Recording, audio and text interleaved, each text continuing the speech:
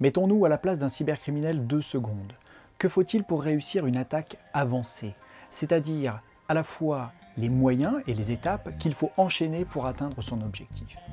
Revenons maintenant côté défenseur et tentons de décrire, de modéliser et de capitaliser sur ces attaques passées. Nous obtenons un ensemble de TTP tactiques, techniques et procédures que nous pouvons modéliser. Bonjour, je suis Benoît Grunemwald, expert en cybersécurité chez EZ. Abordons aujourd'hui la notion de kill chain et les modèles qui servent à la décrire. Et parmi eux, arrêtons-nous en particulier sur Mitre et Attaque. Créé et maintenu par l'association à but non lucratif Mitre, ce modèle propose de recenser dans sa base de connaissances les tactiques, techniques et procédures des attaquants emblématiques.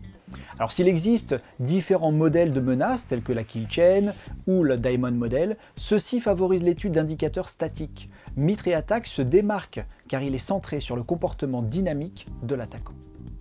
L'objectif est de cartographier et de comprendre dans le détail les actions entreprises par l'attaquant, de modéliser la succession d'actions et les traces qu'elles laissent ou les erreurs commises pour constituer à la fois un tout, un profil ou une empreinte caractérisant une attaque et pourquoi pas le lier à un mode opératoire spécifique. Les tactiques, techniques et procédures sont classées dans différentes catégories correspondant aux étapes d'une attaque.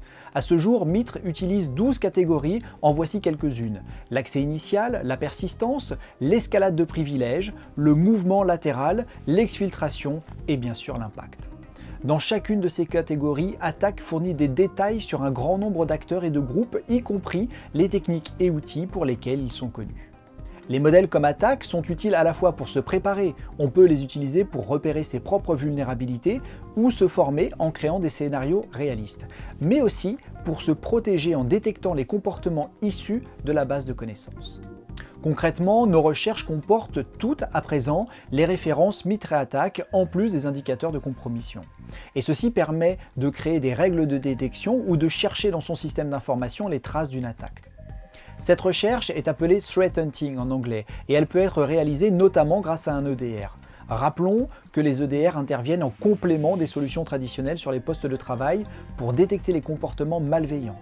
Alors, soit en temps réel, soit a posteriori, pour être efficace, l'EDR doit s'appuyer sur un référentiel et utiliser Attaque, c'est couvrir un très grand nombre de scénarios. Si vous souhaitez en savoir plus sur Mitre et Attaque et son utilisation, je vous invite à taper le terme Mitre dans le moteur de recherche de notre blog welifsecurity.fr. Bonne lecture et à bientôt, et d'ici là, restez vigilants.